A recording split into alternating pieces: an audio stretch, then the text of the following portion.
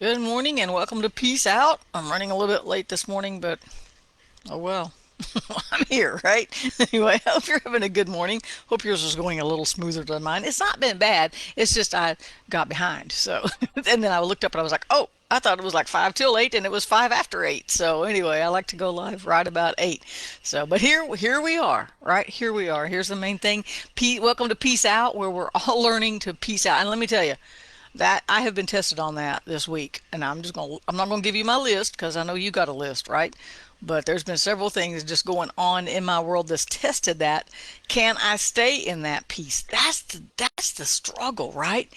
Knowing He gave us peace isn't the struggle. The struggle is, and what we're learning to work through together here as believers, is letting that peace reign, right? That's the struggle part. I know He gave me peace. I know He gave me salvation. I know He made me righteous. But walking in that, really, really getting a glimpse of I don't know how broad that really is. That's where the rub comes in, so to speak, right? That's the difficult part. So we get that He gave us peace. We get that Jesus is the Prince of Peace. We get that the kingdom of God is righteousness, peace, and joy. We should be getting it by now. We've got it in our heads, but to get it in our hearts, that's where it's difficult. And just about the time, and maybe this is not you, but just about the time I think I've got it, something happens to test it. And I go, oh, forget it. I don't have it at all. Nope. Everything's all messed up. Nope, I don't have it at all. Right. And so there's always stuff to test us. And that's the little details. I titled today's devotion, Those Little Details, because that's the part that gets to us. It's not believing God's promise. We got that, right? For God so loved the world, but did He really love me? That's the part where we come into the believing the little details there. And so I was thinking about that this morning because I've had several things happen in the last couple of, maybe in the last 24 hours, that's tested that peace. Can you really keep that peace, or are you just going to lose it? Now, I usually lose it and then I get back into peace. That's how I work through it, right? I don't know. Maybe you got it and you've got it down. And I'll tell you what, I'll bring you on live and let you teach everybody how to do it. If you got it down and you could do it, I'm not being facetious. I'm serious. If you got it down and figured it out, let me know. I'll let you take the devotion for the day, right? But because it's those things that come at us all the time, right? But you know what? When things come at us, it does not mean we don't have faith. To face circumstances in life, it does not mean we're not trusting God. And for that matter, it doesn't mean we're not letting His peace reign. It just means we got to work through a couple of little details, those little details, right? And so sometimes we tend to, maybe it's just me, but sometimes it seems like, okay, I've got it. I know God promised this. I know God promised that. I know He's my provider. I know He's my shelter. I know He's my peace. I know I've got salvation. I know I am righteous in Him, although that blows my mind because I know what a mess I am, right? And yet I know that in Him, His sacrifice had to be enough because He was Jesus. It was planned before the God even said, let there be light. And it can't, if I'm not righteous in Him, not in my own works, trust me, I got some stuff going on, right?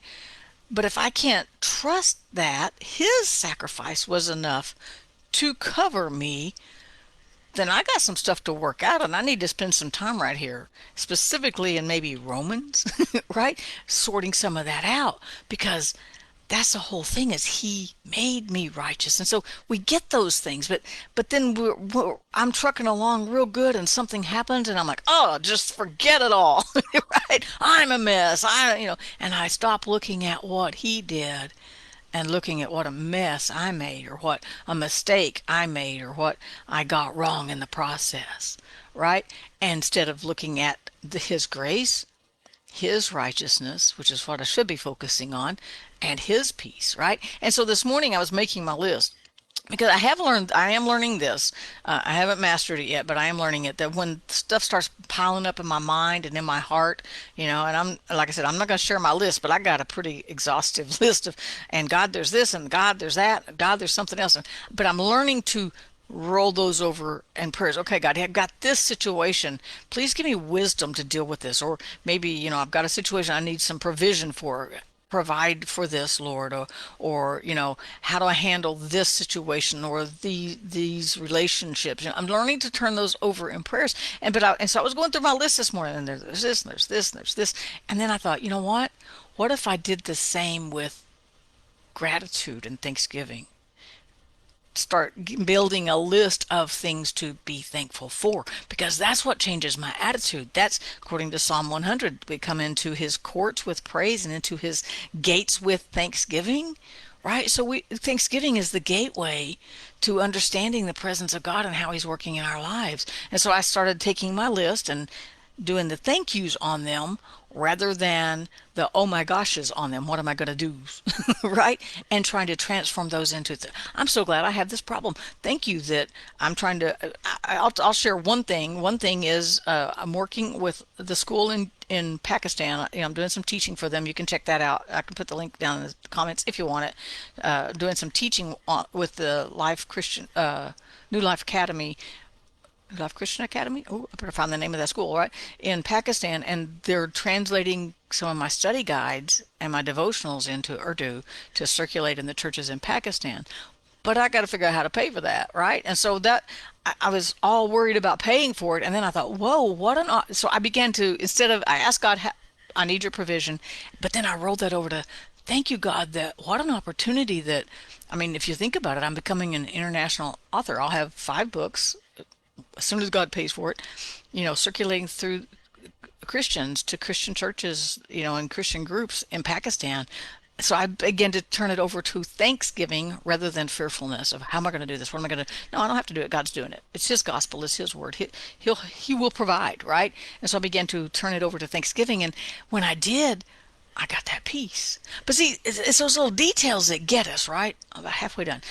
It's those little details that get us. I was thinking about how I was making my list and how I was transforming it into a list of thanksgiving, things to be thankful for, to be grateful for, and I thought of David first off. David was anointed as king, but God left out all the details: facing Goliath, the details about running from Saul for years, running for his life for years, hiding in caves before he ever made it to the palace. He could see the palace while he was in the cave, and I thought about all the details of those years in between from the time Samuel anointed him to be king and the time he actually became king. There was a lot of details in there. I thought about the same thing with Joseph, right? Joseph had the dreams when he was a young man, and he knew he was going to be elevated to somewhere somehow to leadership where people would come and bow down to him. But there was a lot of details between the dream and when his family actually came and bowed down and fulfilled the vision that he had that God gave him when he was a kid. There's a lot of details. God left out that he was going to be sold into slavery by his brothers, that he was going to be lied on and thrown into jail, Potiphar's wife. And yet he had, as far as we know, no huge character flaws. It wasn't anything he did on his own. God left out all those details in between. And then I thought about Moses. We talked about Moses last week too, right? And how God said, take my people out of Egypt, take them to the promised land. And God left out the details, like how are you going to feed 100,000 people on the wilderness, right? How are you going to provide water? What are they going to wear? How are we going to get there? All those details God didn't give Moses. He just said, we're going to do this. And that's the end result. And it's in those details that our faith is tested. We know God gave us peace. The details are, we still got stuff coming at us. And how are we going to keep that peace in the middle of living life? How are we going to keep that peace in the middle of being a caregiver, in the middle of a job that's just really hard to do, in the middle of very difficult life circumstances? But all these 3 examples, and that's just 3. We could even look at Paul. Paul said, I'm taking the gospel to the world, but he forgot the details was he was going to do it from a prison cell, writing all the letters to the church, right? And so the details are what gets us sometimes, right? But it's in those details that we begin to see God's working in us.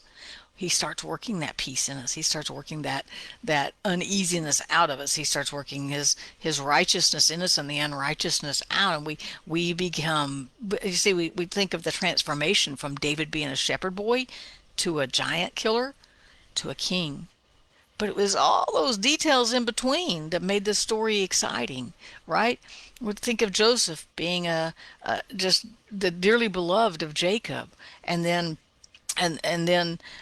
being a slave, and then rising to kind of popularity and leadership, and then being back in jail before he became second in the nation. It was those details that brought out the character he needed to sustain him when he got there. So when we look at all these details, we're like, God's just building our character. He's going to use them. He doesn't cause bad things to happen. He doesn't cause stress. He doesn't cause problems for us, right? He does not tempt us. But in the middle of our temptation, in the middle of our struggle, in the middle of our evolution from what he said to its full manifestation, there's all these details digging at us, and he's going to use, he doesn't waste anything. He's going to use every detail to help us be the person he saw us when he first spoke to us, when he first called us to be saved, when we first started reading the word, when we first got born again. Then he's going to use all these details to help build character, to help squeeze out faith, right? To help squeeze out trusting him more, help squeeze out getting back to his peace and learning how to just let that peace reign in our hearts. He's going to use all those details. And so we can't quite see the end yet. We're still stuck on the details, and it's okay. But I'm not going to hate the details. I'm not going to hate the aspects of my life that are hard, because those are going to drive me right to the heart and purpose of God. And because of that, I can peace out, because I know he's got it. He already has the end, and he has the details, all this stuff in between already filled out. And he's not going to change the end of the story. And it is that we win. It is that we walk in victory. It is that we just continue to trust him, and that just builds and builds and builds, right? And so just believe me today that God is in those details to help bring you and me closer to him, so that we can, and help build our faith, help build our trust in him, and help just keep our focus on him. That's the key, is keeping our focus on him and piecing out in the middle of all the details. So I hope I said something that made sense today, something that helps. Peace out, you guys. Have a great day, and I will see you in the morning.